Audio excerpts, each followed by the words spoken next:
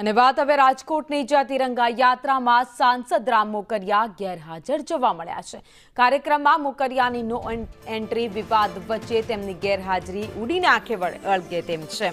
રામ મોકરિયાને તિરંગા યાત્રા માટે આમંત્રણ આપવામાં આવ્યું હતું। રાજકોટ મનપા દ્વારા તિરંગા યાત્રાનું આયોજન કરાયું હતું। પ્રદેશ ભાજપ ઉપાધ્યક્ષ ભરત બોગરાએ નિવેદન પણ આપ્યું। રાજકોટ શહેર ભાજપમાં કોઈ જ જૂથવાદ નથી। રામભાઈનું સન્માન જળવાઈ રહે ત્યાં મારા માટે સૌની જવાબદારી છે। દિલ્હીમાં સત્ર હોવાથી રામભાઈ ઉપસ્થિત રહી શક્યા નથી। રામભાઈને આમંત્રણ આપવામાં આવ્યું છે।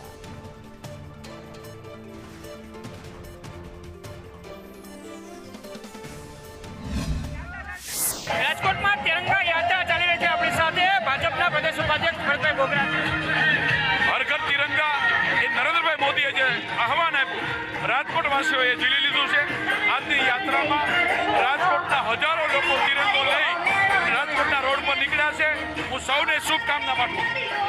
ભાજપની અંદર ક્યાંક નારાજગી પણ રાજકોટ શહેર ભાજપમાં જોવા મળી રહી છે। રામભાઈ હોય, કોર્પોરેશન હોય, કોઈ વિવાદ નથી। આપ જોવો છો બધા જ નેતાઓ સાથે છે અને રાજકોટ એ ભાજપ સાથે છે। તમે ઉપાધ્યક્ષ તમારી સામે તો આવે વાત ચર્ચાઓ આવતી છે આમંત્રણ લઈને, કોઈ વિવાદ છે નહીં, બધા જ સાથે છે।